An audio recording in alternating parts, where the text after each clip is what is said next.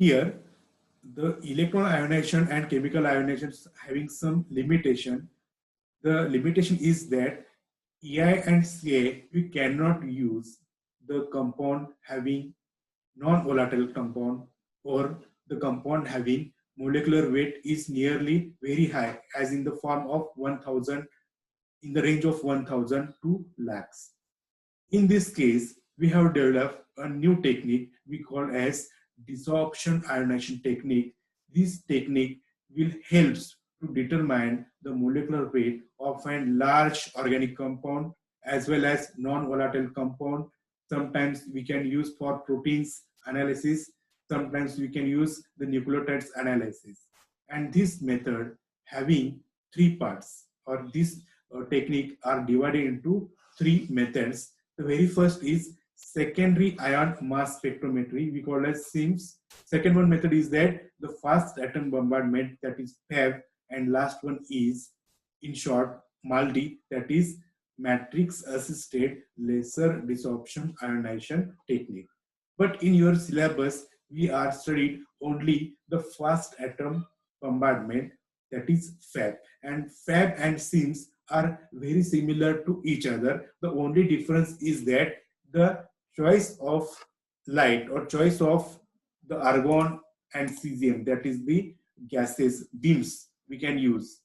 The very first we can study here the SIMS. आता SIMS आणि fab मध्ये सगळी प्रोसिजर सेम आहे. फरक इतका आहे की आपण फक्त कोणता बीम यूज करतो हाच फरक आहे. त्यामुळे जरी तुम्ही SIMS शिकला किंवा फॅब शिकला त्यामध्ये काही फरक नाहीये. बघूया आपण आता सिम मध्ये काय होतं.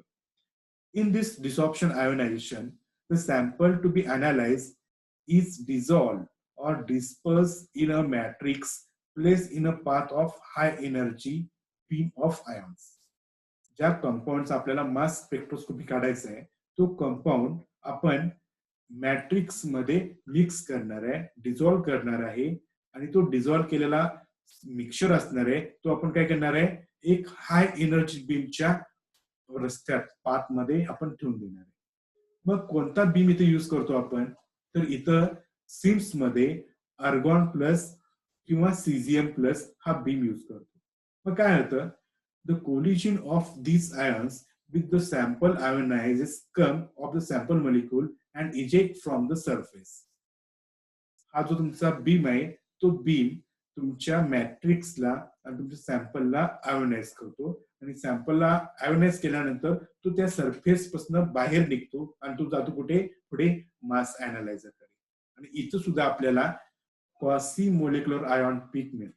आता क्वासी मोलेक्युलर आयॉन पीक म्हणजे काय समजा मोलेक्युलर वेट त्या कंपाऊंडचा 100 असेल तर 101 ला पीक मिळतो. त्याला आपण म्हणतो काय क्वासी मोलेक्युलर आयॉन पीक. आता इथे एक मी जनरल एक्झाम्पल दाखवतोय. तर मी अजून मॅट्रिक्स म्हणजे काय सांगितलेलं नाहीये ते मी पुढच्या स्लाइड मध्ये सांगतो. हे दिसतात अशा प्रकारचे डॉट जे आहेत हे सगळे काय आहेत मॅट्रिक्स आहे आणि जो डार्क आहे तो आहे तुमचा सॅम्पल. ओके मग हा सॅम्पल जो आहे हे काय केलेलं आहे ह्या मॅट्रिक्स मध्ये मिक्स केलेलं आहे किंवा मॅट्रिक्स मध्ये डिझॉल्व्ह केलेलं आहे आणि डिझॉल्व्ह केलेलं हे जे दोघांचं कॉम्बिनेशन आहे हे मी इथं ठेवून दिलेलं आहे. हा कॉम्बिनेशन जे ठेवलेलं आहे हे जे मिक्सचर ठेवलेलं आहे ह्याच्यावरती सीझियम प्लस हा बीम ह्याच्यावरती पास केलेला आहे हाय इलेक्ट्रॉन वोल्ट एनर्जी असलेला. मग हा बीम पास केल्यानंतर ह्या मॅट्रिक्सला काय करेल आयोनाइज करेल आणि हा मॅट्रिक्स काय करेल ड्यू टू कोलिजन ह्या तुमच्या सॅम्पलला आयोनाइज करेल. ह्या कोलिजनमुळे काय होईल अशा प्रकारे एक सॅम्पलचा क्लस्टर तयार होईल. हा सॅम्पल आहे आणि ह्याच्या बाजूला कोण आहे तुमचा मॅट्रिक्स आहे. काही वेळेला मॅट्रिक्स कडे पॉझिटिव्ह चार्ज असतील काही ठिकाणी निगेटिव्ह चार्ज असतील काही ठिकाणी न्यूट्रल सुद्धा असतो. हा आहे सॅम्पलचा क्लस्टर. पुढे जाऊन काय करतो हा सॅम्पल मॉलिक्यूल हा क्लस्टर पासून ब्रेक होत होत करून काय करतो मोलिक्युलर आयॉन तयार होतो. सॅम्पल आयॉन त्याला आपण म्हणतो आणि पुढे तो जातो कुठे मास अॅनालायझर कडे. मग हा सॅम्पल जो आहे मोलिक्युलर आयॉन जो आहे तो क्वासी मोलिक्युलर आयॉन पीक तयार करतो. म्हणजे काय एक हायड्रोजन एक्स्ट्रा. आता कसा होतो ते आपण बघणारच आहे. नेक्स्ट स्लाइड मध्ये आपण बघतोय यस फास्ट ऍटम बॉम्बार्डमेंट. इथं सुद्धा काय सेमच प्रोसिजर आहे. कोणती प्रोसिजर आहे की तो जो सॅम्पल मॉलिक्यूल आहे तो तुमच्या मॅट्रिक्स मध्ये मिक्स केला जातो पण इथं बीम वापरला जातो आर्गॉन किंवा झेनॉनचा. मग अशी कोणता यूज केला होता? येस, इथं बीम यूज करतो आपण सीझियम किंवा आर्गॉनचा बीम इथे यूज करतो. पण फास्ट ऍटम बंबार्टमेंट मध्ये आपण कोणता करतो? आर्गॉन किंवा झेनॉनचा. त्याची एनर्जी किती असते? Nearly about 88 to 15 kilo electron.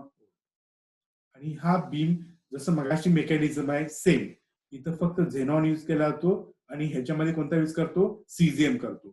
Same mechanism आहे. हा बीम ह्या मॅट्रिक्स पहिल्यांदा आयोनाइज करतात. हा मॅट्रिक्स कोलिजन सॅम्पलला आयोनाइज करतो आणि हा सॅम्पल पासून काय होईल आपल्याला? प्रोटॉन ट्रान्सफर न काय होईल आपल्याला? एक क्वासी मोलिक्युलर आयन पीक तयार. ठीक आहे, दिस इज फास्ट ऍटम बंबार्टमेंट. आता आपण मी म्हटलं बघा, सिम्स आणि फास्ट ऍटम बंबार्टमेंटची सगळी प्रोसिजर सेम आहे. फरक एक आहे की सिम्स मध्ये सीझियम यूज करतो आणि फास्ट ऍटम बंबार्टमेंट मध्ये झेनॉन यूज करतो. त्याची एनर्जी 8 ते 15 किलो इलेक्ट्रॉन व्होल्ट इतकी आहे. थोडं लक्षात ठेवायचं आहे आणि आपण म्हणायचंय सिम्स किंवा फॅब. आता इथं जर तुम्ही बघितलात, in SIMS and FAB ionization method used for compounds with molecular weight up to 20,000, जवळपास 20,000 त्याचा मोलिक्युलर वेट असेल म्हणजे पॉलिमर असेल तो, तर त्या ठिकाणी आपण ही सिम्स किंवा फॅब यूज करू शकतो. आता प्रश्न आहे आपला मॅट्रिक्स कडे. मॅट्रिक्स बद्दल मी अजून सांगितलं नाही. तर matrix should be non volatile, म्हणजे ज्याचा बॉइलिंग पॉईंट कसा असावा? 100 डिग्री पेक्षा जास्त. रिलेटिव्हली इनर्ट, म्हणजे त्या आपल्या ऑर्गॅनिक कंपाऊंड जो आहे त्याचा आपण मास करणार आहे त्याच्यावरती तो रिएक्ट झाला नाही पाहिजे. And reasonable electrolyte to allow ion formation, तो आयन फॉर्मेशन करायला इझी असावा. राईट.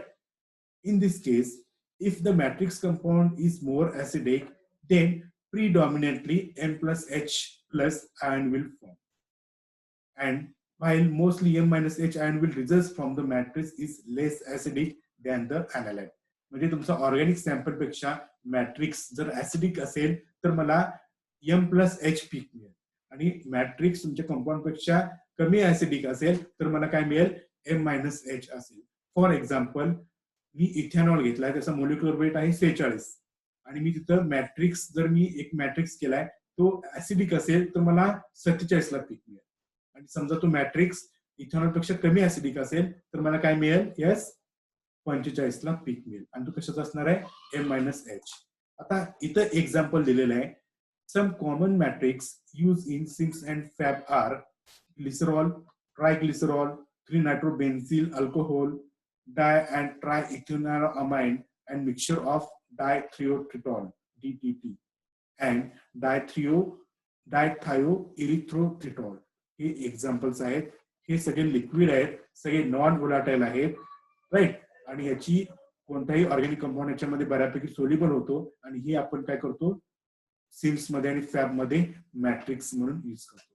जसा रिएजंट गॅस घेतला होता ना, सिमिलरली हिअर हा मॅट्रिक्स म्हणून यूज करतो. त्याचं कॉन्सन्ट्रेशन मॅट्रिक्स जास्त होतं. ठीक आहे, इथं आपण बघतोय सिम्स आणि फॅब. आता matrix assisted laser desorption ionisation हे मी तुम्हाला नोट्स सप्लाय करतोय. याची मेकॅनिझम सुद्धा सेम आहे.